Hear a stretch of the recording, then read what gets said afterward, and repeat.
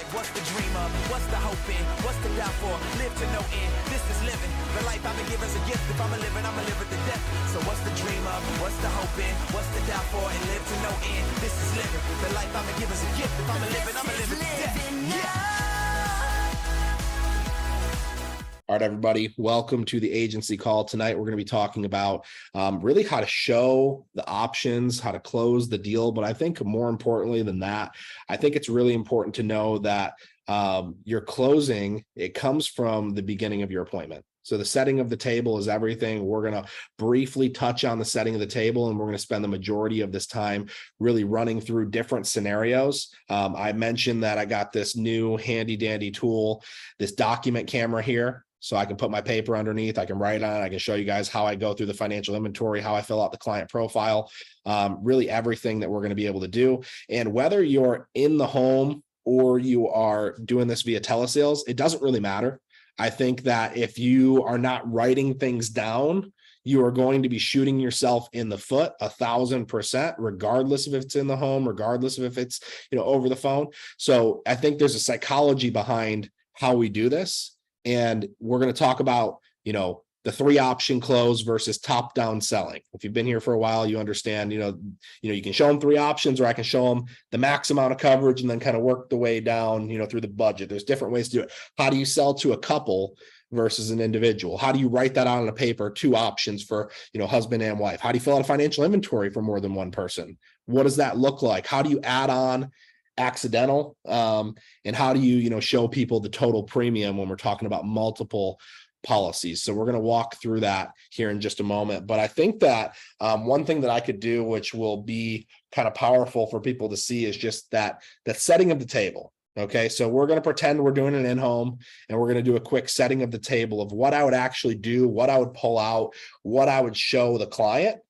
I think that's a really big deal to be able to help you guys understand the psychology behind, setting ourselves up for starting to fill out the financial inventory.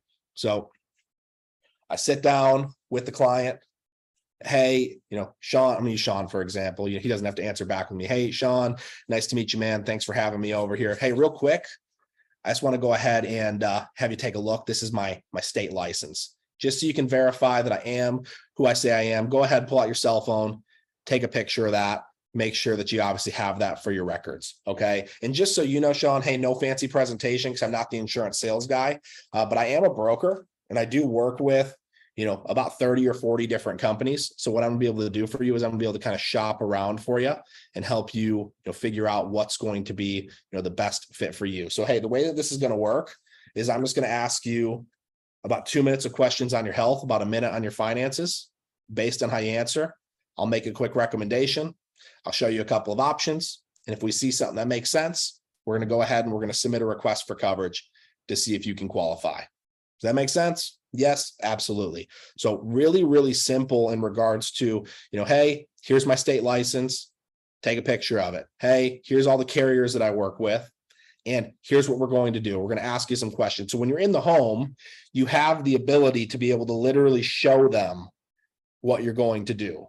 Now, if we're doing this thing from a virtual perspective, how do you accomplish that exact same thing? So a lot of us have our verified producer websites through a couple of different softwares. You have your digital business card. You just have a picture of your state license and your driver's license. Our new software that's coming out, Lead Champ Pro, you will have your own verified producer website, which is really clean. You'll be able to send that to your client. So if you're doing a telesale, same thing. Hey, Sean, thanks for jumping on this appointment with me. Obviously, we're going to talk about your life insurance. Hey, did you get that text message that I sent you before the appointment here? It had that link, SeanSimpson.verifiedproducer.com.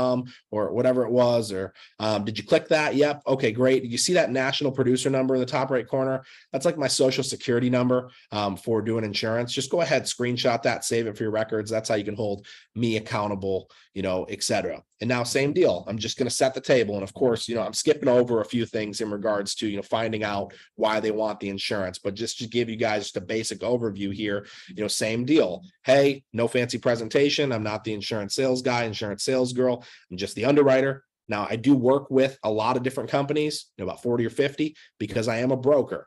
So I can shop around for you. Does that make sense? Yeah, that makes sense. Okay, great. Now here's what we're going to do today. I'm going to ask you 2 minutes of questions on your health, about a minute on your finance, Based on how you answer those questions, I'm going to make a recommendation. I'll show you a couple of options. And if we see something that makes sense, we're going to submit a request for coverage to see if you can qualify. The whole thing is the psychology behind I'm increasing credibility, I'm reducing sales pressure. Increasing credibility by letting them know who I am, here's my license, here's my credentials. Letting them know here's what we're going to do. That has to become a part of your vocabulary. It has to become a part of who you are. Here's what we're going to do today. It doesn't matter if it's in the beginning of the appointment. If your appointment starts going off into left field and crazy, you got to take control. Okay, here's what we're going to do. Here's what we're going to do. Here's what we're going to do. The client can't make a decision. Here's what we're going to do. You have to lead, guide, and direct them. The client is looking for you to be strong. The client is looking for you to be sure. If you're not sure, they're not sure. There's been many times, even in like the last week, I showed a client like 7 options, which I knew was a mistake. And I asked them what direction they wanted to go. And they said, well, I need to think about it. Of course they need to think about it because I wasn't sure. If I wasn't sure, why the heck would they be sure? Like, I'm trying to lead them in the direction that I want them to go. I'm trying to be in full control. I'm trying to psychologically help them get an insurance policy that they can afford and that they're not going to cancel. That's going to check all the boxes for them. It's going to make them feel protected. It's going to make them feel like there was a value add and that they have a solution that's going to, make them feel like they can sleep good at night, not a regrettable decision that's just now another bill that's too expensive. Like, that's what my job is. My job is to make them feel comfortable. And it's also to make them feel like I'm in control and I'm going to guide them to the right decision because I have the insurance license. They do not. So it's my job to take control. And you do it in, a nice way. Like, I'm not trying to domineer a client in any way. But at the same time, like, a client is going to respect somebody that knows where they want to go with this thing rather than someone who's really, really unsure. Okay. So that's kind of how we're going to break this down. So now the client, they've agreed. They said, okay, Jamie, yep, that all makes sense. That whole process makes sense. So we're going to go through and we're going to fill out a couple of financial inventories and we'll do a couple of different scenarios and how I would do that. So we're going to start off with we'll just do like a final expense appointment. So we'll pretend, Sean, he's 72 and we're going to fill out the financial inventory. So let me zoom in a little bit. Maybe that'll help you guys. Everyone can see that okay? Thumbs up. Perfect. All right. So sit down with Sean.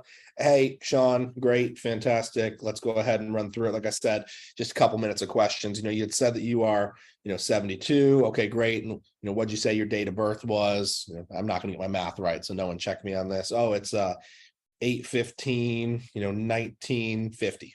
Okay, fantastic. Okay, and you're working, retired. Okay, great. What'd you do before you worked? I worked on the railroad. Okay, retired, railroad. Okay, and a couple questions on your income. Are you receiving any Social Security, pension, retirements, anything like that? Yep, I got a Social Security and a pension. Okay, ballpark, how much do you make per month? About $3,000. Okay, how much of that is from your Social Security and how much of that's from your pension? About $2,000 for my Social Security, about $1,000 for my pension. So I always break this down. This is really important, especially if you're going husband, wife, and it might not be as applicable here, but I always break down where the income's coming from. So I go 2,000, I'll put Social Security underneath it and 1,000 pension. Okay, if I had a husband, wife who were Social Security, pension, one of them still working, I'm going to be crossing out different incomes of what they can keep when the other person dies. And I'll do that in a second when we do the couple, and you guys will see how that works. Okay, Sean, you a smoker, non-smoker? Non-smoker, great. I typically hop down here to the medical conditions right away before I jump into medications. You can say, hey, Sean, go grab all your medications for me. That's one way to do it. Write it all out, flip over the piece of paper if you have to. But I go, hey, you ever had a heart attack, stroke, TIA, cancer, any stents, diabetes, neuropathy, high blood pressure, etc.? No heart attack, no stroke, no TIA, no cancer. Okay, great. No stents. Okay, I am diabetic. Okay. You take pills or insulin? I take the pills. Take metformin? Yep. All right, metformin. You got any diabetic neuropathy? What's that? Tingling in the hands and feet? No. Any high blood pressure? Yep. Okay, what are you taking? I take Losartan. Okay. Is that the only blood pressure medication you take? No, I take another one. What's that one called? I don't know. Go grab your bottles real quick. Okay. I take Metropolol. When you're brand new, these medications are going to be gibberish for you. Write them down anyways. Just have full confidence. Have them spell it if you have to. Then you can go on Google. The client has no idea what you do or don't know. So, okay. And lupus, rheumatoid arthritis, no. Any asthma, COPD, no. Okay. And any thyroid issues? Yep. You taking any thyroid medication? Yep. Okay. What's that one called? Levothyroxine. Any anxiety or depression medication? Nope. Kidney or liver disease? Nope. Had any major surgeries? Oh, I had a knee surgery. Okay. When was that? It was 2020. All right. And any crazy family health history? Your parents alive? No. Mom's alive. Dad passed away. Okay. What did dad pass away from? He passed away from cancer. Okay. Dad, cancer. Now, the reason we're doing all this, guys, the reason that we're filling it out like this is because there's two different reasons, two things you're trying to accomplish with the financial inventory. One is we're trying to figure out what is their underwriting position, meaning what product can I place them in? And the other part is going to be what is going to be the financial situation of the survivor. So in this scenario, we'll say that the beneficiary is Sean's son. Okay. He's single widow with a son. So now I want to know what is his son's financial position going to be? And we'll get to that in a moment. But I also want to know what can Sean qualify for? And that's the whole reason we're asking these questions. Now I'll keep going through the financial inventory. So I'll pop back up to the top. This is just kind of the order that I do it in. Hey, you own or you rent your house? Well, rent. Okay. How much is your rent? $700 a month. Okay. So now what I see here is I see he makes $3,000 a month and he's got 700 so far in expenses. Okay. I want to find out what's coming in versus what's going out. Now, obviously, this isn't the most comprehensive sheet that has every spot for expenses right in the margin. Really simple. Hey, Sean, you got a car payment or anything? Nope. Car's paid off. Okay, great. Outside of your rent, you just got like utilities and stuff. What would you say ballpark your utilities are running you? About $300 a month. Okay. About $300 on utilities. Okay. You got cable. Yep. About $100 a month. Okay. And food, phone, internet, insurance. Yep. Yeah. Phone. About 50. Internet. 75. Groceries. Spend about 100 a week. About 400. So now I'm starting to add these things up. And I don't need to be perfectly exact, but I want to ballpark find out where he's at. So if I go 700, 1,000, 1,100, 1,150, let's call this 1,200, 1,600-ish. So, okay, Sean, would you say, ballpark, you got about 1,600 to 2,000 going out? Yes. Okay. So I'm just going to overestimate here and say you got 2,000 in expenses and you got about 3,000 in income. So you're saying we got about 1,000 left over. Yes. Okay. And are you saving that?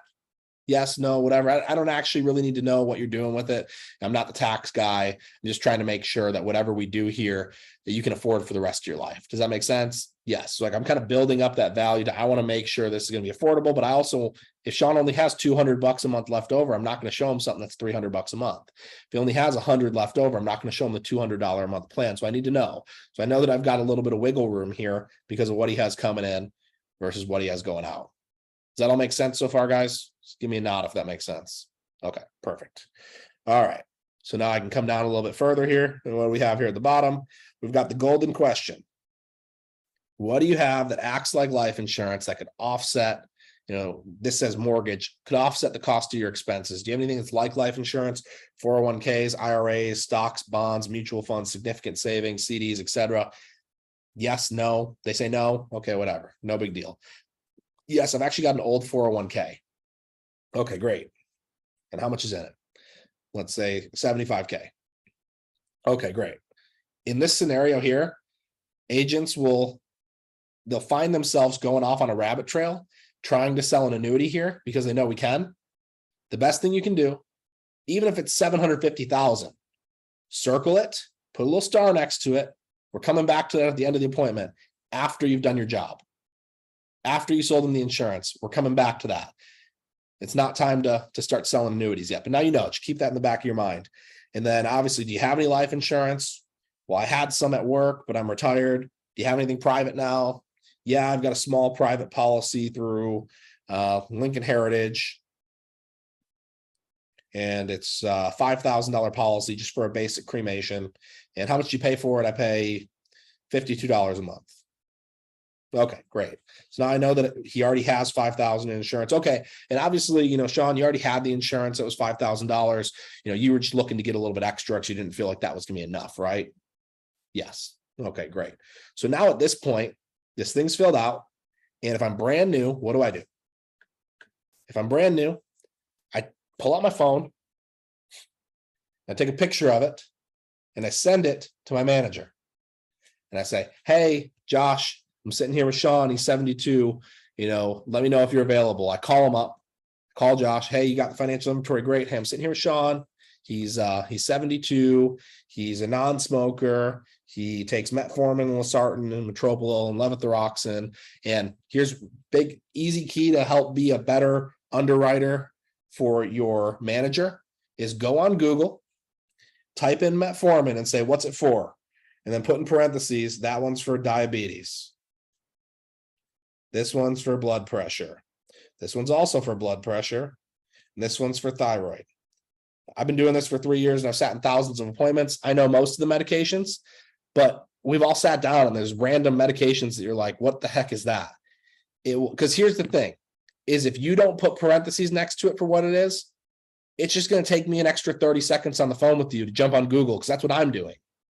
So like if you could help skip a step for your underwriter who's helping you, that is helpful. Somebody can look at it and say, okay, that's not a big deal. That's all that's for. No big deal. So we obviously go ahead and we fill this out. So, all right. So I've got my financial inventory. I call up Josh. Okay. Hey, I'm sitting here with Sean. You know, he wants to, you know, he doesn't feel like 5,000 is enough. He's got about $1,000 left over. He really wants to, you know, get buried actually. And he wants to make sure he's got some money left behind for his son.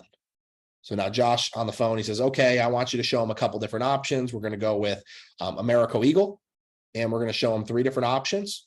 We're going to show him, you know, max coverage, you know, 40,000 because he's got some money left over, and then show him, you know, 30,000 and 20,000.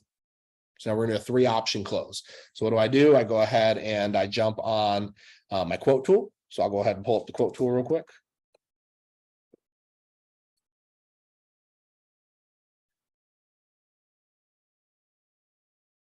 I jump on the quote tool here. I go to Nebraska, or no, Sean's in, not in Nebraska. Oh no, he is in Nebraska. Yep. Go to Nebraska, Americo Eagle, create, 72, non-smoker, 40,000.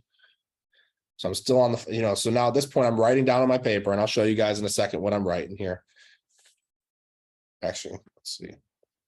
So Americo Eagle, 40,000, 380, 87 a month. Design, 30,000, run. 286.61 a month.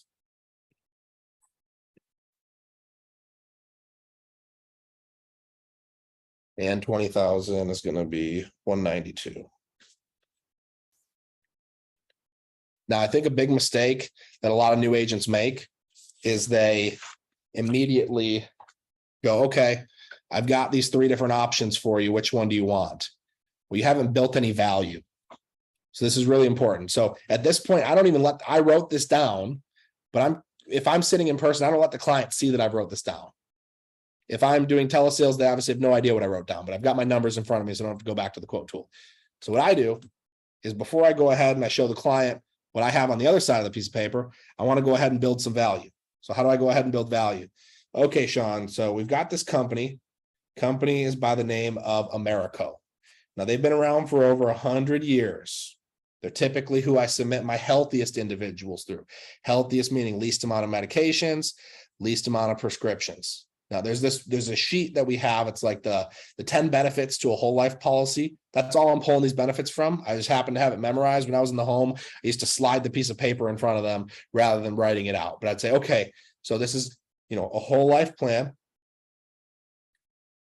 meaning that's going to go all the way till age 120. It's never going to expire. The policy is going to double if it's an accident. So that means that if you have a $40,000 policy and you die in an accident, that $40,000 is going to turn into $80,000. If it's $30,000 turns into $60,000. If it's a common carrier accident, it's actually triple indemnity.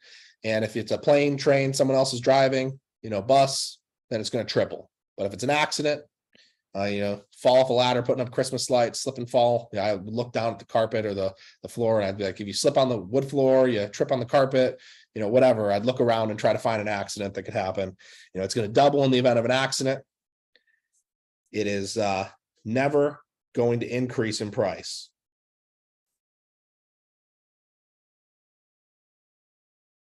It's never going to decrease in benefit. So, hey, Sean, there's a lot of companies out there online that, will get you in for one low introductory price. Then every couple of years, they're going to increase the price on you. This one's going to stay the same price for the rest of your life. You're on fixed income. You see why it would be important to have fixed expenses, correct? Yes. Okay. And also the death benefit's never going to decrease. So it's not going to go from 40,000 down to 30,000 down to 20,000. For as long as you live, as long as you keep paying this benefit, this premium, the benefit's going to stay the same all the way until age 120. Does that make sense? Yes. Okay, great. So last till age 120, it's going to double in the event of an accident. It's never going to increase in price. It's never going to decrease in benefit. It's going to pay out tax-free. And it's going to avoid probate in court.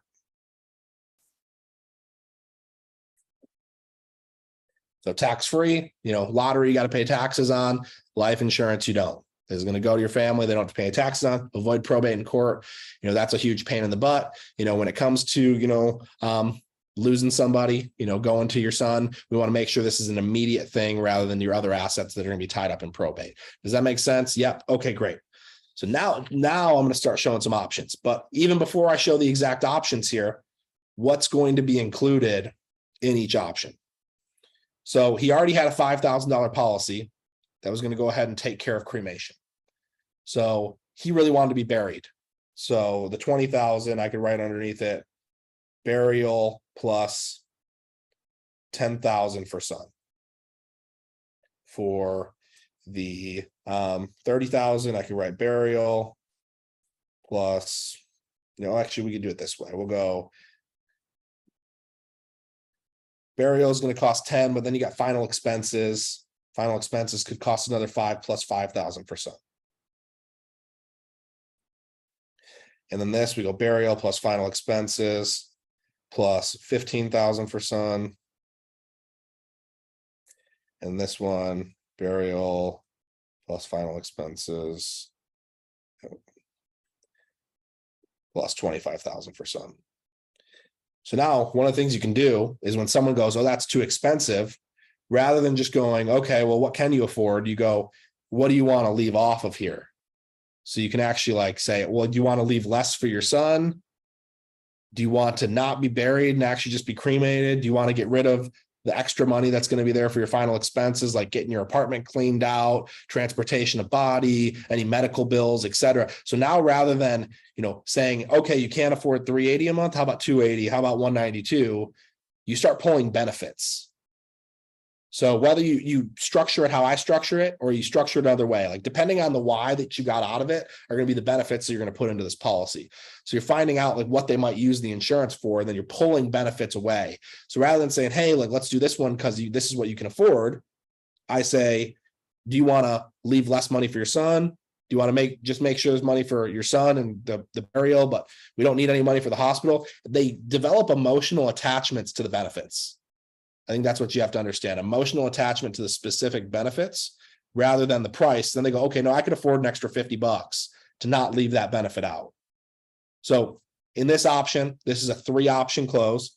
So I've just gone through and I said, hey, Americo, been around for over 100 years, typically who I submit my healthiest individuals through, blah, blah, blah. It's going to last till age 120. It's going to double in the event of an accident, never going to increase in price, never going to decrease in benefit. It's going to pay out tax-free. It's going to avoid probate in court. And what we talked about is making sure that this would leave enough money for your burial, your final expenses, and some extra money for your son, correct? Okay, great. So I got 3 options for you, Sean, and we'll see kind of which one makes the most sense for you based on your budget here. So we've got $40,000 for $380 a month. That's going to make sure your burial's taken care of. All your final expenses is going to leave $25,000 for your son.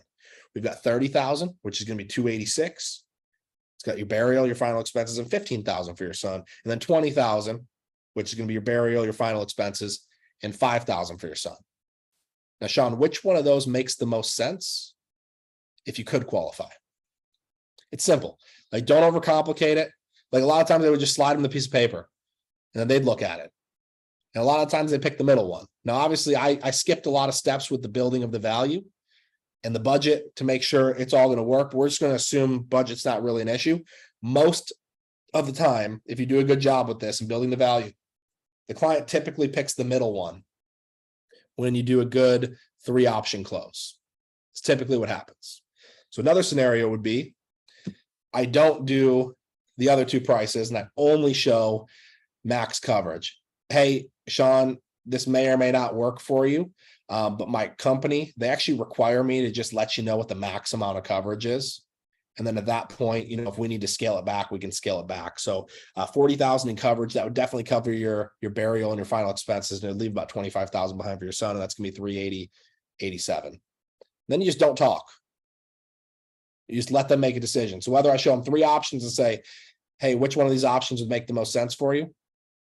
And it's also, hey, we also don't even know if we can qualify for anything today, but if you could qualify, which one of these options would make sense?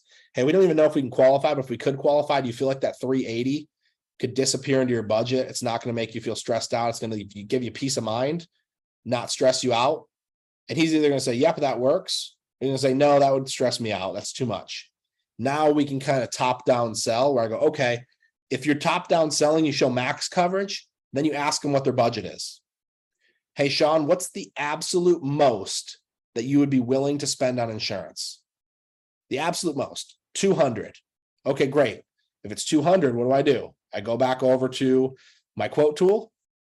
I jump into design. I switch over to use the premium amount instead. And now I go 200, run. Now what's it say? It says the most coverage they're going to give me for 200 is $20,813. Okay, so Sean, for, and this is basically, 20,000 here, just a few dollars extra, but hey, the best they're going to give you is 20,813. Okay. 20,813 for 200 a month. And he told you that's the most he'd be willing to spend on the insurance. So he already told you that's what he's willing to spend. So at that point, if he tells you that's what he's willing to spend, now it's just, here's what we're going to do. I think this is a really important part where most people lose the sale, is they're waiting for the client to say, okay, let's start an application. Let's go ahead and get this started. No, it's up to you to tell the client, here's what we're going to do next. So if I go through and I show 3 options and he goes, hey, Sean, we don't even know if you could qualify. The insurance company's got to think about you first. I know you're going to want to think about it, but if you could qualify, which one of those options makes the most sense? The middle one. Okay, great. Go ahead and grab your driver's license and either a voided check or something with bank info, and we're going to go ahead and submit the request for coverage. Okay, it's going to take us about 5 or 10 minutes. Got to run a quick HIPAA authorization.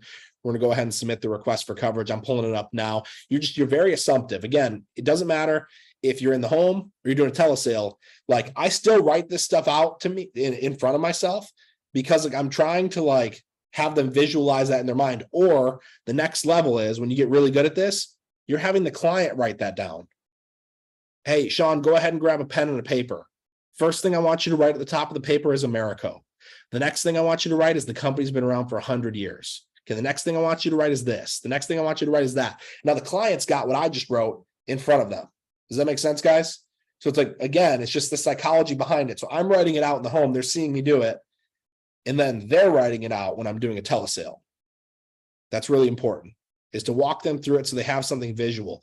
If you've ever gone through an entire presentation and you've shown like all the options and the client wrote nothing, a lot of times they don't make a decision. They go, can you send me an email with all that? No, I can't. Like, I won't. Some of us do. Some of us send an email and we think that we're going to get the sale. You're not.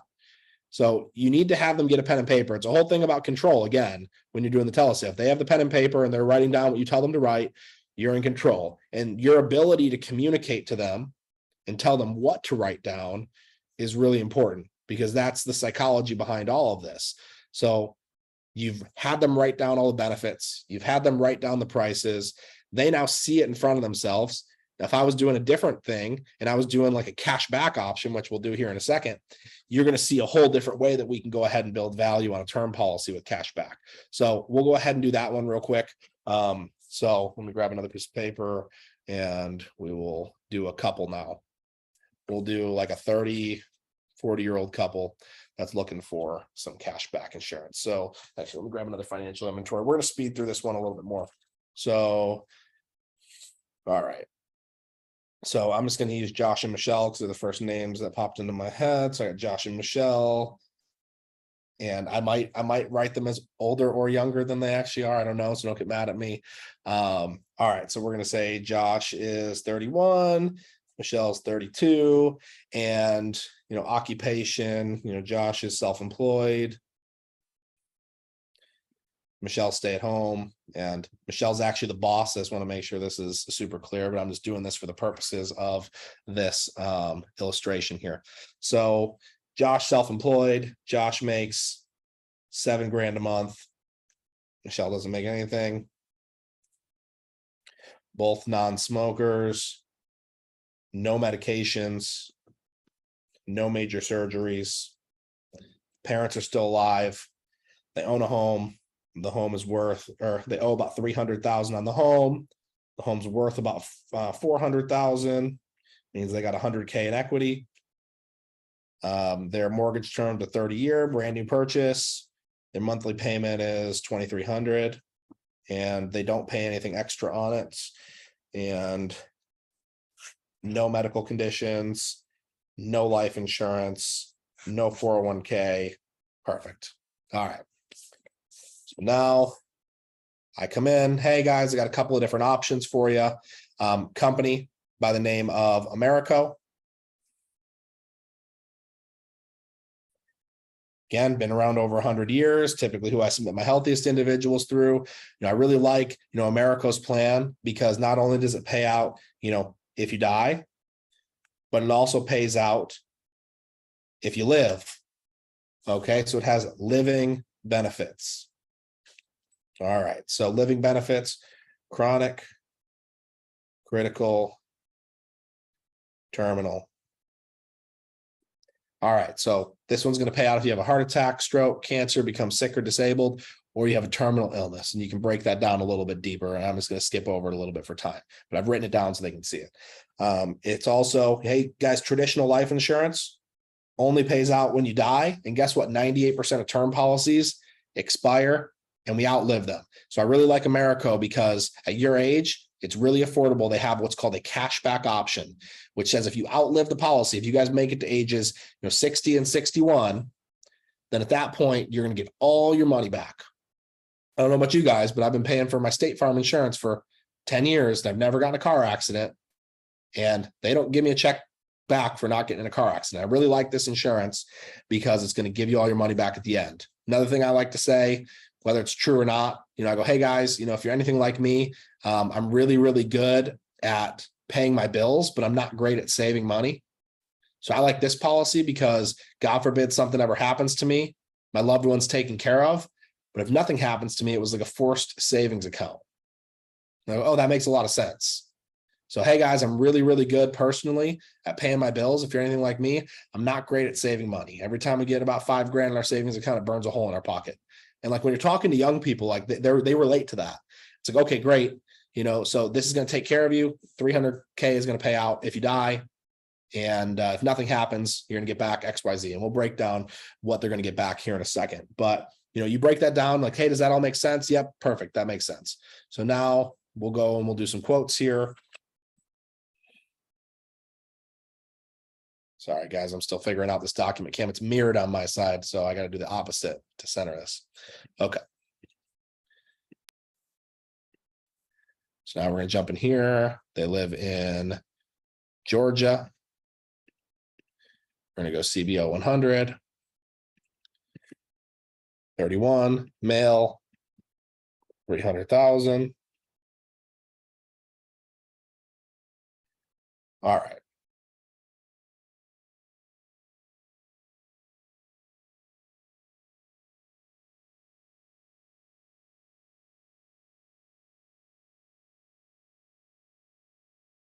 All right, and then Michelle, 32, female, 300,000.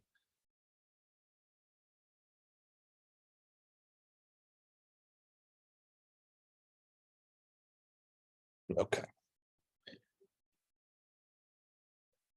Okay, so now for anybody who's trying to figure out how to calculate the cash back, it's really, really simple. You pull out your calculator, and Josh's is 154.75.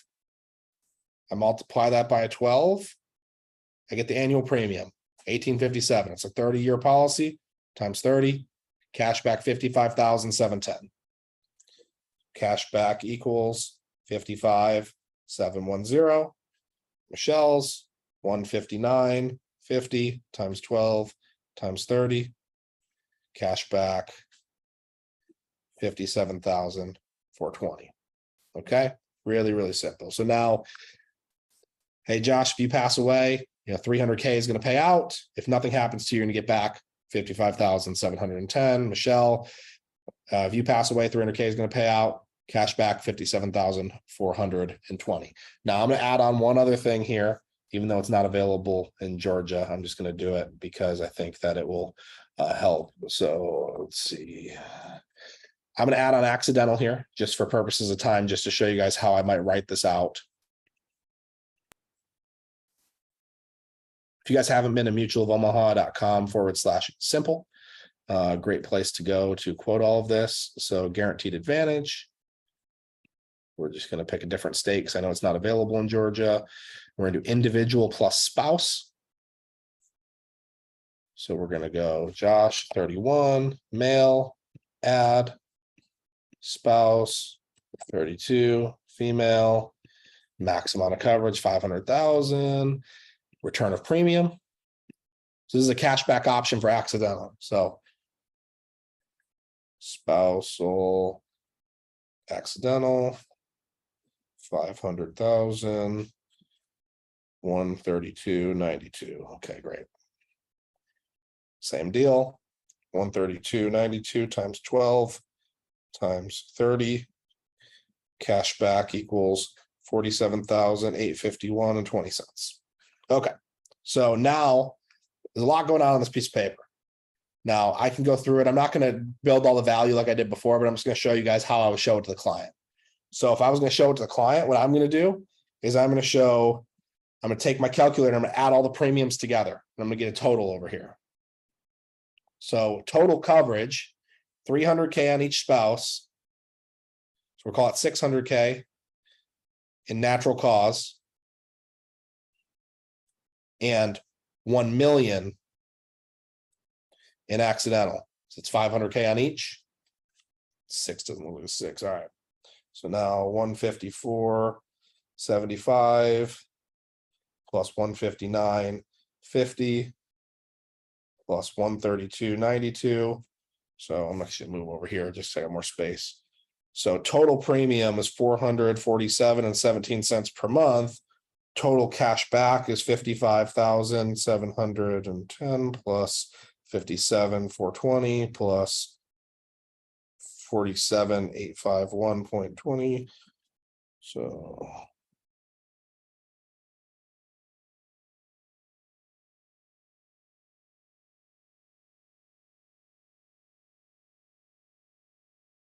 now you got someone who makes $7,000 a month.